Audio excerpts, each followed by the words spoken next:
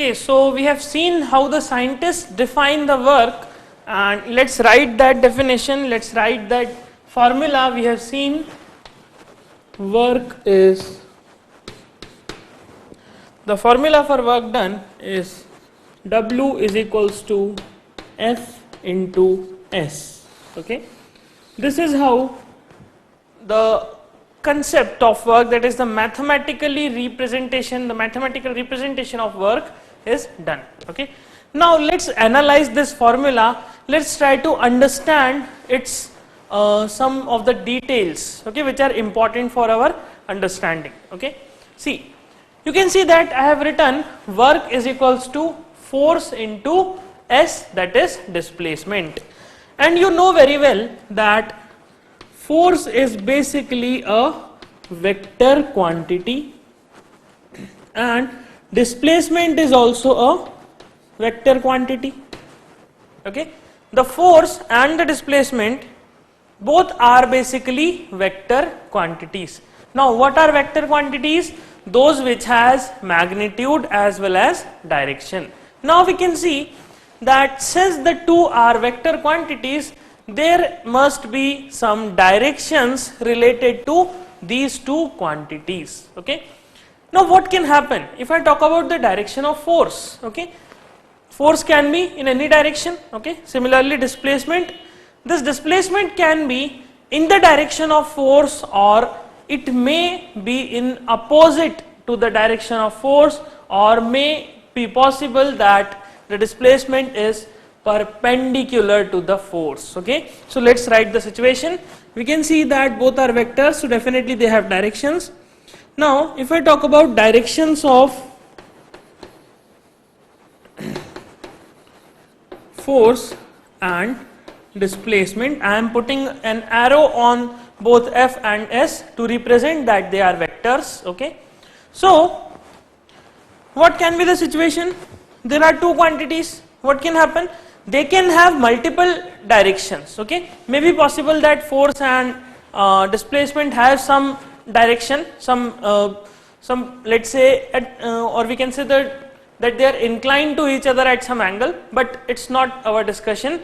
We will focus that three different cases in which we can have the directions of force and the displacement, and that is either both these quantities can be or can have the same direction. Okay, both of these quantities can have same direction. Okay, or they can have opposite direction. It is possible. Okay, since there are two quantities, both are vector quantities, they have direction, so it is possible that they both have same direction. It is possible that they both have opposite direction. They can have opposite direction. We will see the examples. And third very important possibility, that is perpendicular to each other. They both can be perpendicular to each other. It is also possible that force and displacement are perpendicular to each other. Okay, so let's discuss all the cases one by one. So first we will discuss the case 1. Case 1 is when F and S have same direction. Okay, when both force and displacement have same direction. Now before discussing this case, as I told you that we are discussing this concept of work. Why? What is the reason? The reason is simple, that force is something which is not constant throughout. Force can vary. Okay, for example, the gravitational force, if you throw a ball or if you go upside, okay, the gravitational force will vary with the height. Okay, so definitely we have to define a new quantity and we define it in terms of work. But it's not like that work will incorporate all the forces which are different or the variable nature of force. For work also we have to consider a case in which we will take force as constant. Okay, so all the cases in which we have force for some time, or the displacement with some constant force, we will incorporate all those different cases and then we will sum up to make the complete work done by some variable force. So we need not to go in much detail. What we will consider is that force is constant throughout our discussion. Okay, you just need to remember that if the force is variable, it will complicate our situation and it will complicate the mathematical solution as well. So at this level in your class 9th, you will only assume that force is throughout constant. Force is not varying. Okay, obviously displacement S has to vary, it has to be some value, okay, because the position of the object changes. So displacement can vary, but the force is not varying, it's totally constant. The case in which we have variable forces, that you will study in your class 11th, you will study the calculus, the concept of calculus, or a higher level of mathematics, and then we will understand what happens if the force varies. Okay, so for this case, what we will assume, here we will try to calculate work done by constant force. We will take this situation that force will not vary throughout our discussion. Okay, so let's come to the first case. It says that when force and displacement both have the same direction. Now what can the situation be? You can see, for example, if I take a floor, if this is the floor and if I keep a box on this floor, okay, this is a block and I am trying to push this block like this. It means if I am trying to push it, or let's say I am pulling it like this. In both the situation, try to imagine the direction of force. In one case I am pushing it from back, and in one case I am pulling it from like this. So in which direction basically I am applying the force? You can see in both the cases the force will be applied in this direction. Okay, it do not matter whether I am pushing it or whether I am pulling it from this direction, the force will always be in this direction. Okay, now due to this force, let us say the block moved a bit. Let's say the block started moving. Now in which direction you will feel that block start moving? If you apply a force like this, will the block going to move in the backward direction? Obviously not. The block will definitely move forward. So we will say the direction of displacement is this one. Okay, so try to let's understand it from the start.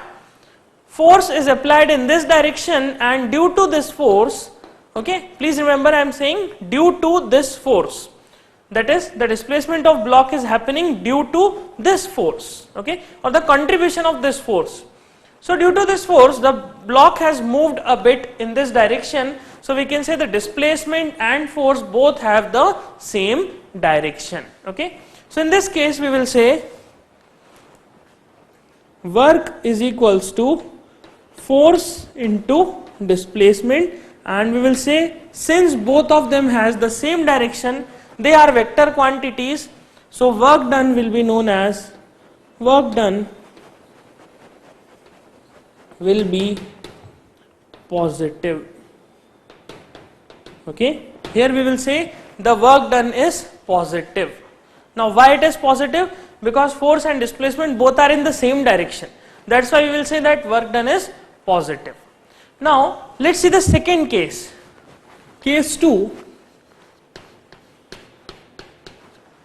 when force and displacement are in opposite direction. The force and displacement are in opposite direction. Now see, if the force and displacement both are in opposite direction, what kind of case it can be? For example, you are walking on a road, or let's say you are pushing a block which is kept on a floor which has friction. Okay, so what does the friction do? friction used to oppose the motion. You studied this in laws of motion, that friction, the work of friction is to oppose the motion, okay, to oppose the change in position. So we will say, when you push a block, let us say on a floor, let's say this is a floor, and on this floor there is a block kept like this. Now this is a block and you pushed it, and you pushed the block in this direction, and let's say the block moved some distance. Let's say block come here. Let's say the block comes to this new position, and if the block has moved from this point to this point, what we will say, that the direction of displacement is this one, that is S, okay. So the direction of displacement is this one. But if I talk about the force applied by the friction, in which direction the friction will apply the force? Friction will definitely always and always apply the force opposite to the direction of motion, okay. Due to friction only, you know that we have to apply large force. Imagine if it is not a friction, if it's a frictionless table, what will happen? If I touch the block, it will slide away. But due to friction, I have to constantly apply the force to move a block, okay. For example, at your home, if you try to move your washing machine, what you need to do? Constantly you have to apply the force, then only the washing machine can be moved or displaced.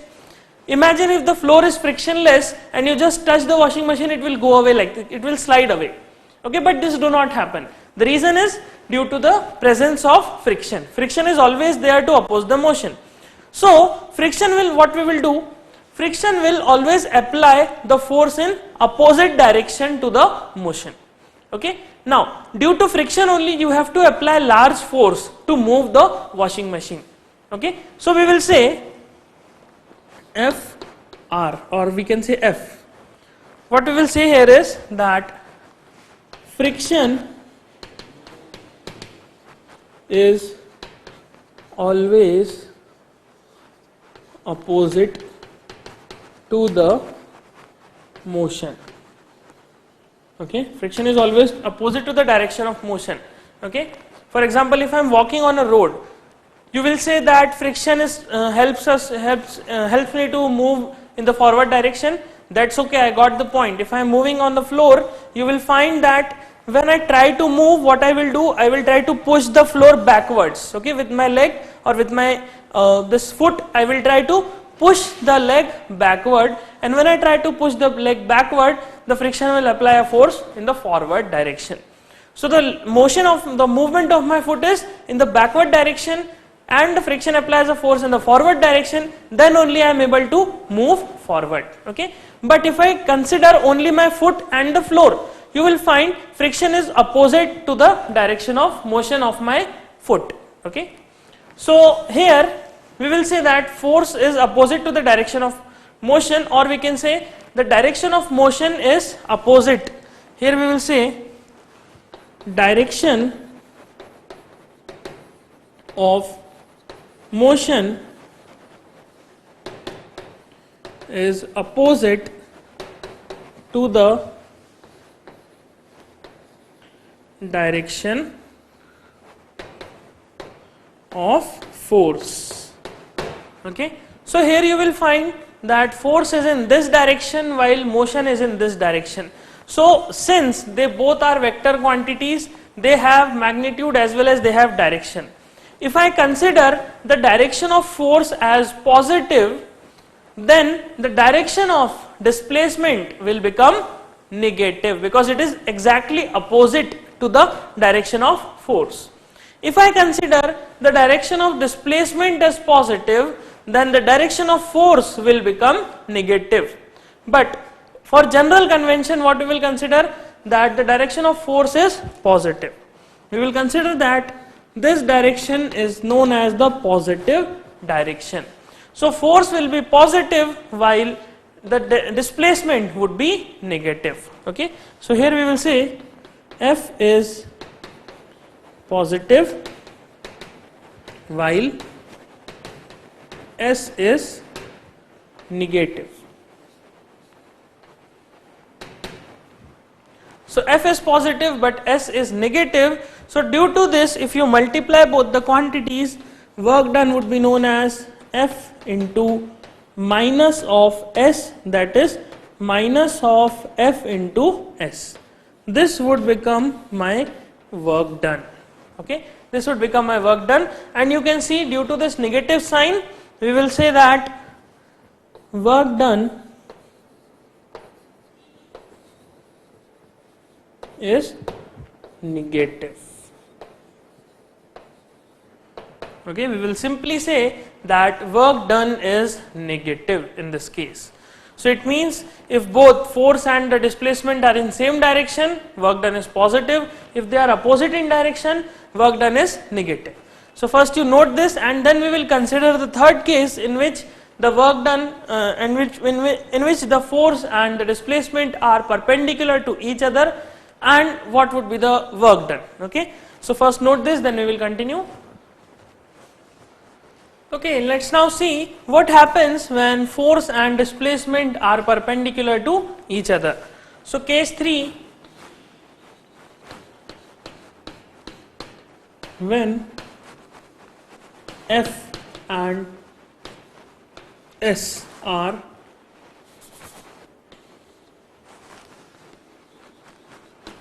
perpendicular to each other. If the force and the displacement are perpendicular to each other. Now imagine some real life situation in which you can see this type of case. Okay, for example, if a car is moving on a road, if a car is moving on a horizontal road, let's say this is the road and a car is moving on this horizontal road.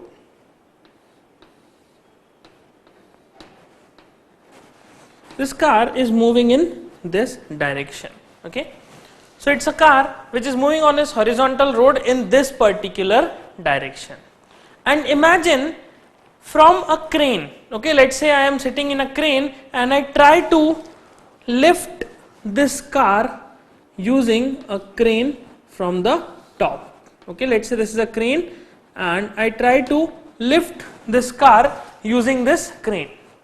Okay, so this car, imagine the situation, car is continuously moving on this horizontal road. It is moving due to some force which we do not consider. Okay, it is moving due to petrol or moving due to acceleration, we do not consider that case. We are simply observing a situation in which car is moving in this direction while we have a crane, and using the hook of that crane we are trying to lift the car from the surface. Okay, now to lift this car from the surface, I have to apply a force in this particular direction. Okay, I have to apply a force in this particular direction. Now the car is moving continuously on the road, and let's say the car traveled a distance or a displacement S from its original position. Okay, so the car has moved, let's say some distance S from its original position, and I continuously tried to lift this car. Throughout this S distance, what I did, I applied a force F on the car, but the car is still traveling on the road. It hasn't moved up. Okay, we are not able to lift the car.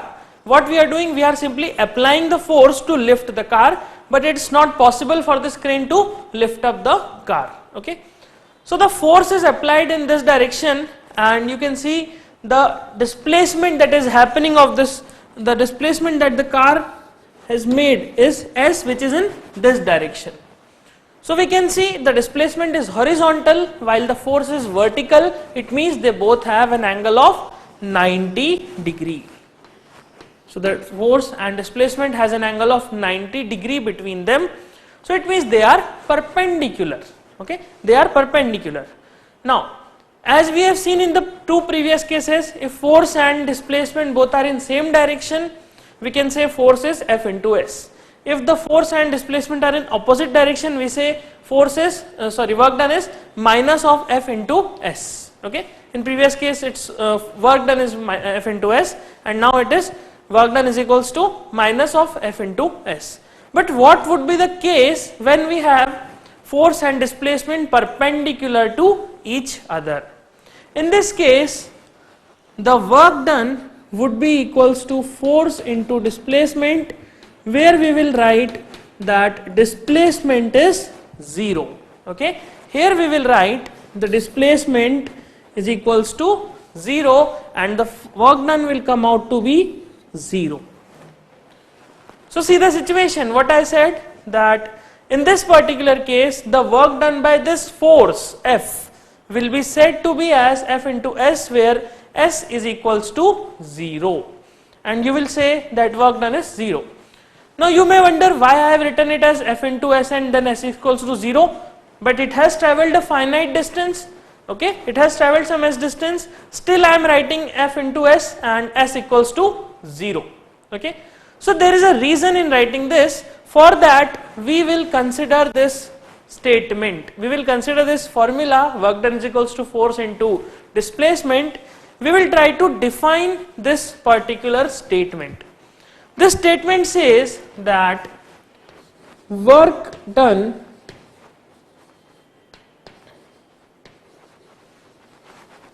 is product of force and displacement, and this is not the complete definition. Work done is the product of force and displacement done in the direction of force. Okay, we will say that what is work done? Work done is basically the product of force and displacement done in the direction of force. Okay, that in the direction of force or just opposite to the direction of force, how much displacement is done. That's why in case when we have force and displacement in same direction, we say that work is positive. If we have force and displacement in opposite direction, we say work is negative. Because if the force is applied in this direction and displacement is in this direction, what I will say that the displacement is negative. Okay, the displacement is negatively in that direction. So positive displacement in this direction will be said, negative displacement in this direction. This is the simple concept. Okay, that's why we will say that work done is the product of force and displacement in the displacement that is done in the direction of force. Okay, or in the direction of motion, we can say, but do not consider that. Just consider the force and the this motion or force and the displacement should be in the same or opposite direction. But in case of perpendicular, like this, you can see force is in this direction and the car is moving in this direction. So we know that definitely there is a displacement of the car, but this displacement is in the horizontal direction. Do I have any displacement in vertical direction? Is the car have lifted from the surface or it is gone inside the surface? No. There is no displacement in this direction. So we will say no displacement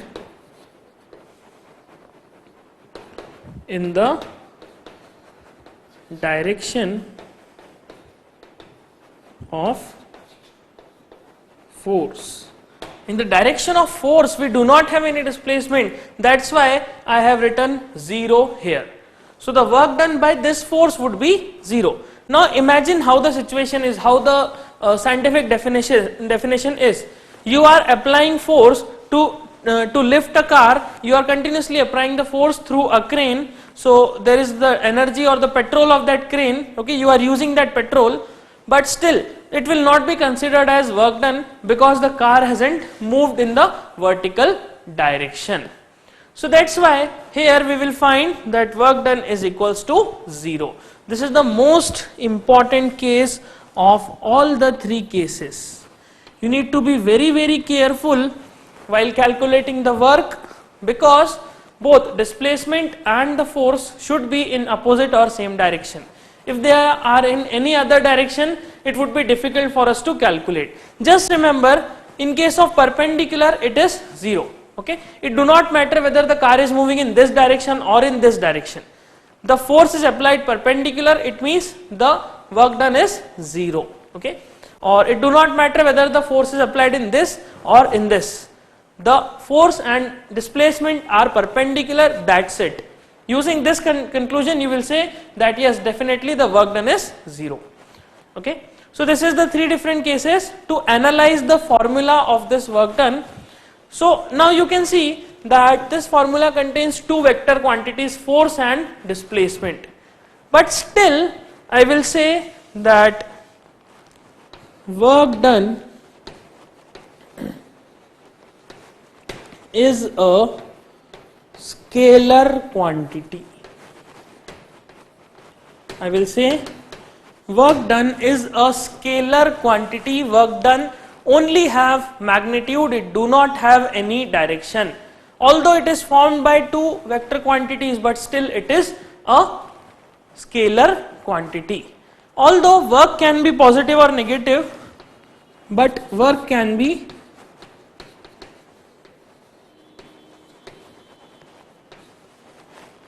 positive or negative. It's possible that work can be positive, work can be negative, but still it's a scalar quantity, it is not a vector quantity. Please be careful while understanding, while writing this. Okay, and why it is a physical quantity, why it's a scalar quantity, you will understand in class 11th. Okay, when you will understand actually how this formula looks like, you will be able to understand why it is a scalar quantity. But at this point of time, just remember that work done is a scalar quantity. Okay, now we have discussed everything about work. Now the most important thing is unit of work.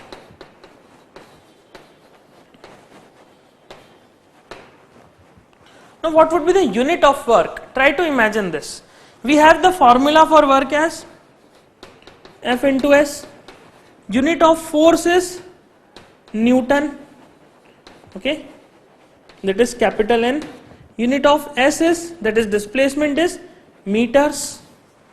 Okay, so let me write here MET. This is meters, so M. Okay, so we can see the work done is basically product of force and displacement. That is, the unit of work should be Newton into meter. So the unit of work done will become Newton meter. Okay, so unit of work will become Newton meter. We will say it as Newton meter. Okay, so this is the unit of work. But since the conception of this and a lot of work on this particular concept of work was done by a very, very famous scientist whose name is J.P.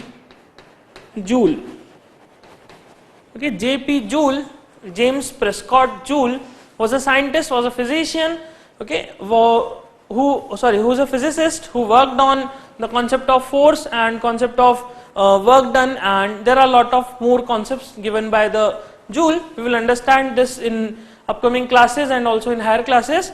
So to give respect to this person, to give respect to this scientist, we define that unit of work